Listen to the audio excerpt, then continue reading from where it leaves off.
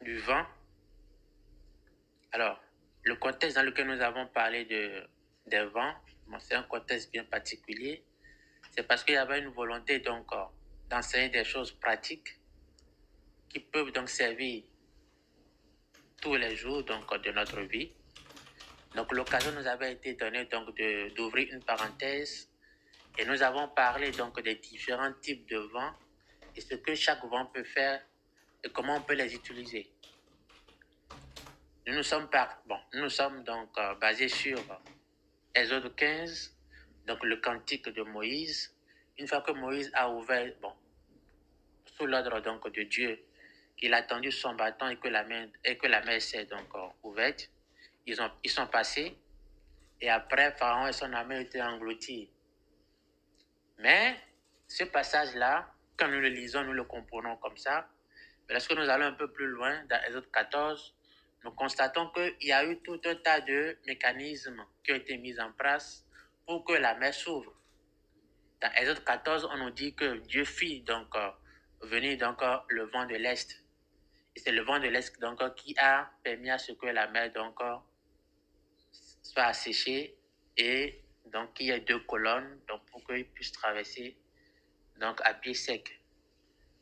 Donc ça dit que le vent de l'Est joue un rôle. Il en est de même pour le vent de l'Ouest, le vent du Sud et le vent du Nord. Donc tous les vents ont un rôle à jouer. Et lorsqu'on regarde dans la Bible, les vents y sont avec leur rôle. Quand je prends le vent du Sud par exemple, c'est ce vent-là que Dieu a fait souffler pour apporter donc de la caille et de la manne. Donc ça veut dire que c'est le vent du Sud donc qui amène la provision divine. Et puisque nous sommes des imitateurs de Christ, Christ a ordonné au vent. Donc nous aussi, nous avons la capacité de le faire. C'est pour cela qu'on dit, faites toutes sortes de prières. Donc souvent, nous les chrétiens, nous nous limitons à des prières que nous faisons donc depuis toujours et nous ne pensons pas qu'il y a d'autres façons de prier. C'est pour cela que les disciples ont dit à Jésus, apprends-nous à prier. Parce qu'il y a plusieurs sortes de prières. Voilà. Donc ça, c'est une petite parenthèse, donc c'est un petit rappel. Donc le test le test avec lequel nous allons démarrer, c'est Marc 10, que nous allons lire rapidement, les versets 35 à 45.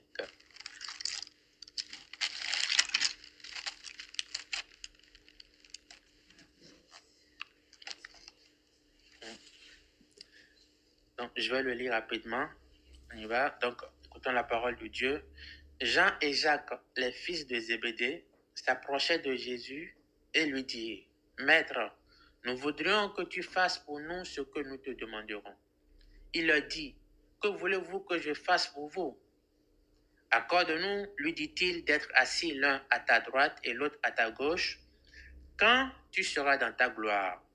Jésus leur répondit, vous ne savez pas ce que vous demandez. Pouvez-vous boire la coupe que je vais boire ou être baptisé du baptême dont je vais être baptisé? Nous le pouvons, dirent-ils. Jésus leur répondit, vous boirez en effet la coupe que je vais boire et vous serez baptisés du baptême dont je vais être baptisé.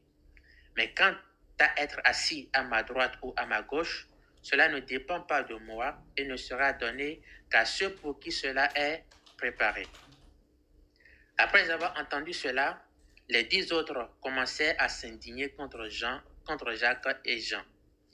Jésus les appela et leur dit, vous savez que ceux que l'on considère comme les chefs des nations dominent sur elles et que leurs grands les tiennent sous leur pouvoir. Ce n'est pas le cas au milieu de vous. Mais si quelqu'un veut être grand parmi vous, il sera votre serviteur. Et si quelqu'un veut être le premier parmi vous, qu'il soit l'esclave de tous. En effet, le Fils de l'homme est venu non pour être servi, mais pour servir et donner sa vie en rançon pour beaucoup. Donc voici donc le passage sur lequel nous allons nous baser pour développer. Et lorsque je lis ce passage, qu'est-ce que je peux donc en tirer? En fait, ce passage illustre donc très bien ce qui se passe dans la vie de tous les jours, parce que souvent, en tant qu'être, nous aspirons au meilleur, donc chose. Nous voulons donc ce qu'il y a de meilleur, voilà. Et lorsque plusieurs êtres humains se retrouvent à un endroit, souvent il y a une sorte de rivalité qui s'installe. Et souvent on veut savoir qui est le meilleur, qui est le plus beau, qui est le plus fort, qui est la plus intelligente, qui est celui qui a le plus ou la plus d'éloquence. Et puis on veut à chaque fois se comparer. Et c'est ainsi que, bon, voilà, les apôtres, eux aussi, en tant qu'êtres humains, ils ont vu Jésus faire de belles et grands miracles. Bon, grands et beaux miracles, je dirais. Maintenant, une fois qu'ils ont vu cela, bon, ils ont dit, bon, ok, Jésus, je pense que, nous pensons que lui aussi, il va faire son temps, il va partir. Mais quand il partira, c'est qui va prendre sa place? Bon. Et c'est là toute la question. Donc,